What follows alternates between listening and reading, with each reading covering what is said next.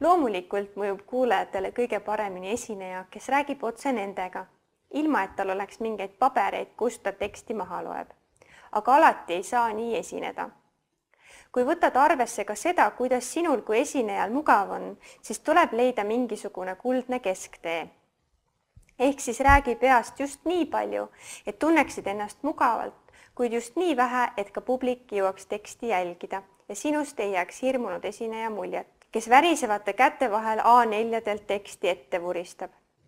Heaks vahendiks on sellised asjad, mida mina kutsun vihjekaartideks. Need on sellised parajad käes hoida, kuid samas piisavalt suured, et neile mahuks ka suurema kirjaga natuke teksti. Just nimelt natuke. Vihjekaartidele ei tohi kirjutada rohkem kui vihjesõna või fraasi. Selleks võib olla ka näiteks iga lõigu esimene lause või lõigu peamine teema. Näiteks, kui lõigus tuleb juttu erinevatest kurkide marineerimise võtetest, võikski olla vihjefraasiks kurkide marineerimine.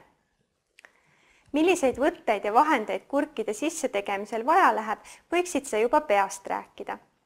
Mina kasutan seesugust vihjekaartide süsteemi sageli, sest kui ärevus sees läheb mul tihti midagi olulist meelest. Ja hiljem on raske seda jälle esinemisse sisse toppida, nii et esinemise loogika alles jääks. Minu vihjekaardid on alati selgelt nummerdatud ja enne esinemist kontrollin nende järjekorra kiiresti üle. Nii käin kordamise mõttes ka oma esinemise plaani kenasti üle.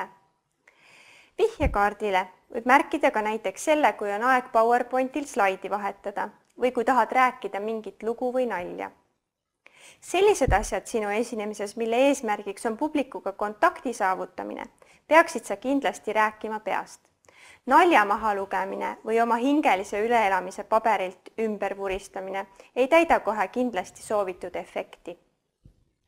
Vihjekaartidele sobivad veel hästi igasugused täpsust nõudvad asjad, arvud, protsendid ja muu sarnane. Loomulikult ei pea sa kasutama minu vihjekaartide süsteemi, kuid soovitan sul välja töötada mingisuguse abivahendi, mis erineks lihtsalt välja trükitud A4 lehest. Oleks mugav kasutada ja jätaks sulle piisavalt liikumisvabadust ja ruumi žestikuleerida.